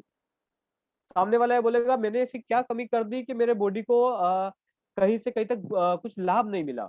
वो आपके ऊपर मतलब जेलस खा के बैठेगा, अरे यार अच्छा टीचर नहीं था, मेरी बॉडी में कोई फर्क ही नहीं पड़ा। फर्क कैसे पड़ेगा? फर्क अगर आपको चाहिए तो आपको डेली डेली शरीर को कुछ न कुछ नया देना पड़ेगा। आजकल तो योगा के कई फॉर्म्स आ चुके हैं। Power yoga, Vini yoga, Vinyasa, Ashtanga yoga, wall yoga, chair yoga, stick yoga, yin yoga, अलग-अलग फॉर्म्स में काम हो रहा है। तो हम अपनी क्लास को चलाने के लिए क्यों एक ही जगह पर रहें? ये मैं थोड़ा-सा प्रैक्टिकली बात कर रहा हूँ, क्योंकि अभी जितने लोग हैं, देखिए योग जोड़ने का विषय है। योग आत्मा से परमात्मा को जोड़ता है। लेकिन मैं 100% श्योर हूँ कि 90% जो यहाँ लोग हैं वो योग को आत्मा से परमात्मा का मानने की बजाय योग को आर्थिक रूप से मानना ज़्यादा पसंद करते हैं, कि कहीं न कहीं आर्थिक रूप से हम मजबूत हों। और ये कड़वी बात है और सच भी बात है, और होना भी चाहिए। क्यों? क्योंकि भई अगर हम योग कर रहे हैं तो केवल योग से जीवन थोड़ी निकलेगा। खाली आप वायुमंडल में जाके अच्छा सुबह-सुबह जाके प्राणायाम कर लोगे तो भूख खत्म थोड़ी हो जाएगी, बच्चों की फीस थोड़ी जमा हो जाएगी। आपको आर्थिक रूप से मजबूत होना पड़ेगा। तो उसके लिए आपको क्या करना है, अच्छा टीचर बनना पड़ेगा। अच्छा टीचर बनने के लिए आपको ये भी देखना ज़रूरी है कि मैं किस प्रकार से पढ़ा रहा हूँ। टीचिंग मेथड जो तरीका होता है टीचिंग का, वो तरीका सीखना पड़ेगा। और उस तरीके में मैं सबसे पहली बात ये लाता हूँ कि आप अपने 7 डेज़ के जो सेशन होते हैं, उनको बाँट लीजिए। एक आसन अगर हमने मंडे को करा लिया, अगर पश्चिमोत्तासन हमने मंडे को करा लिया, तो उस पश्चिमोत्तासन का नंबर अगले मंडे तक नहीं आना चाहिए। वो आसन आपका अगले मंडे तक नहीं दिखना चाहिए। इससे क्या होगा पता है? आपके यहाँ आने वाले लोगों को नई चीज़ें मिलेगी तो वो बोलेंगे अरे यार कल कुछ नया सीखने को मिलेगा, परसों कुछ नया सीखने को मिलेगा, और उनकी वो बढ़ेगी, मतलब मानसिकता अच्छी होगी, अरे यार अच्छा सीखने को मिलेगा यार, चलो चलते हैं, कुछ ना कुछ नया सीखने को मिलेगा। उसके बाद बॉडी जो है, कई बार ऐसा होता है सिटअप्स लगाते हैं हम लोग। कई बार ऐसा होता है हम लोग बॉडी बिल्डिंग करते हैं, बहुत सारे सिटअप्स लगाते हैं। तो लगातार एक सिटअप भी नहीं लगाई जाती है। ऐसा होता है, नियम होता है, आज आपको हाथों का करना है, कल आपको लेग्स की करनी है, एक दिन आपको पेट का देखना है, एक दिन कमर की एक्सरसाइज करनी है। क्यों? क्योंकि बॉडी को आपको देना पड़ेगा। क्या? आराम भी, और उसको वो सही चीज़ देनी पड़ेगी, जो उसको चाहिए। तो आप आसनों को भी अलग-अलग तरीके से करें। अगर आप डे 1 को क्लासिकल करा रहे हैं, तो डे 2 को आप सॉरी माफ़ी चाहूँगा।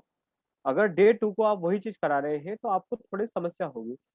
तो आप डेली रेगुलर जो होगा, वो चेंज कर दीजिए, रेगुलेटिंग चेंज कर दीजिए। आज आपने क्लासिकल लिया, कल विनी योगा कराइए, परसों कोई और कराइए, नरसों को और कराइए। अभी एक सवाल आया है यहाँ पर सुरांजलि का, कि डेली अगर हम नहीं करेंगे तो प्रैक्टिस कैसे होगा? देखिए, अभी बात चल रही है क्लासेस की, शैक्षणिक चीज़ों की, और यहाँ पर अगर हम एज़ अ प्लेयर बात करेंगे, तो वो बात अलग हो जाती है। तो अभी हम बात कर रहे हैं एज़ अ, बोल सकते हैं ना, एक मार्केटिंग बंदे के रूप में बात कर रहे हैं, मैनेजमेंट के रूप में बात कर रहे हैं। तो यहाँ पर जो है हम लोगों को ये देखना पड़ेगा, सीखना पड़ेगा, समझना पड़ेगा। अगर रही बात प्रैक्टिस की, तो प्लेयर को तो डेली प्रैक्टिस करनी पड़ती है। उनको तो 3-3 4-4 घंटे मेहनत करना पड़ती है।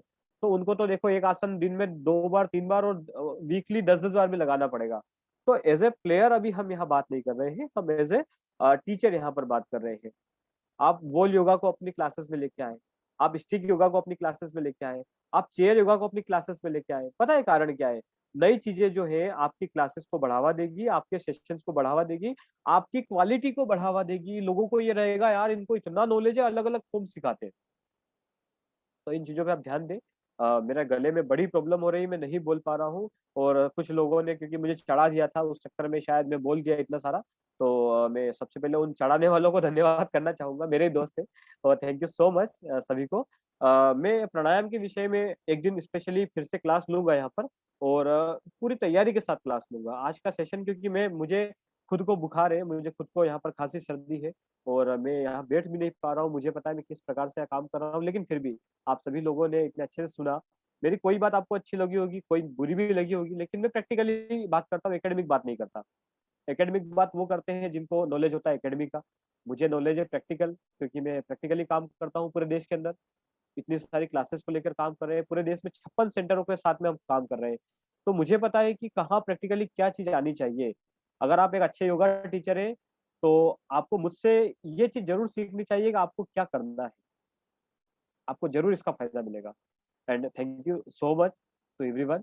मैं यहाँ पर हमारे बीच में कई ऐसी हस्तियाँ मौजूद हैं, जिनमें से कुछ लोगों के नाम यहाँ लेना चाहूँगा। हमारे बीच में हेमंत जोशी जी जो कि उत्तराखंड से हैं, दुर्गा शंकर मोयल जी जो कि रतलाम मध्य प्रदेश से हैं, नेहा पटेल जी जो कि हमारे ग्वालियर मध्य प्रदेश से हैं, जगदीश जी हैं जो कि हमारे झारखंड से हैं, योग पत्रिका के संचालक हैं और काफ़ी अच्छा आपका लगातार हमें मार्गदर्शन मिलता है।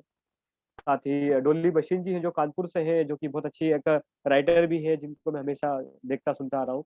प्रियंका लोधी जी है, प्रियंका जी ने अभी एक योग का बहुत अच्छा गाना लिखा है, जो गाना आप 21 जून को देखने वाले हैं, बाबा रामदेव जी भी उसमें रहेंगे और आदि योगी की तरह वो गाना बनने वाला है। बहुत अच्छा सॉन्ग है। रूपाली गुप्ता जी है, विवेक भाई है, अंकिता श्राफ जी है और अमन राठौड़ भाई और जितने भी लोग यहाँ पर हैं, जितने भी लोग जिन्होंने लगातार यहाँ पर जुड़ रहे हैं, क्योंकि मैं लगातार सबके नाम देख रहा हूँ और मैंने कुछ लोगों के नाम इसलिए यहाँ पर लिए कि यार मुझे ये पता रहे। निधि बारोट जी है, लक्ष्य भाई, नीला जी, आप सभी का यहाँ पर बहुत-बहुत स्वागत है और धन्यवाद कि आप लोगों ने इतना समय यहाँ पर दिया। और क्योंकि मुझे सुनना अपने आप में बहुत बड़ी बात, मुझे सुनना है ना अपने आप में एक वो विषय होता है, क्या बोलते हैं उसको, बहुत कहा एक बड़ा कठिनाई का विषय होता है, मुझे सुनना बड़ी बात होती है। तो आप लोगों ने सुनने की हिम्मत की, उसके लिए आप सभी को बहुत-बहुत धन्यवाद और बहुत-बहुत मैं माफ़ी चाहूँगा अगर मेरे विषय में आपको कहीं कुछ लगा हो।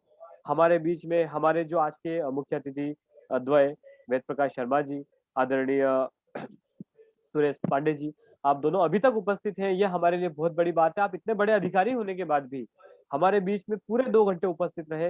ये मेरे लिए, एवी इंस्टीट्यूट के लिए बहुत बड़ी गौरव का विषय है और मैं आप दोनों का बहुत-बहुत धन्यवाद करता हूँ। बहुत-बहुत मतलब आभार व्यक्त करता हूँ कि आप दोनों ने इतना पूरा समय दिया और मुझे थोड़ा-सा यहाँ पर क्योंकि बीमार हूँ तो मैं ज़्यादा बोल नहीं पा रहा हूँ, उसके लिए माफ़ी चाहूँगा।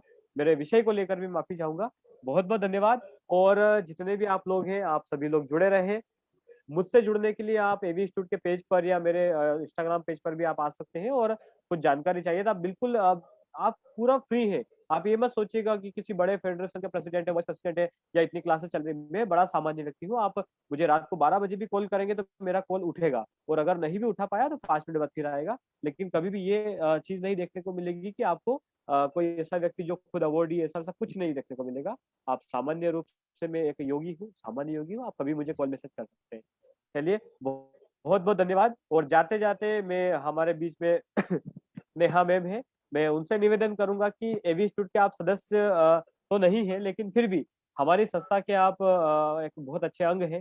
तो नेहा मैम, सभी का आभार करने के लिए मैं आपको आमंत्रित करना चाहूँगा कि आप आएँ और हमारी ओर से आप सभी का आप आभार व्यक्त करें। आदरणीय नेहा पटेल जी जो कि ग्वालियर से हैं। मेरा एक क्वेश्चन है। जी, जी। मैम आप अपना ये कैमरा ऑन करके ही क्वेश्चन कीजिएगा क्योंकि मुझे हाव-भाव भी दिखना चाहिए। मैं बड़ा थोड़ा-सा फ़ील वो फ्री करूँगा। जी। जी, ज़रूर सर।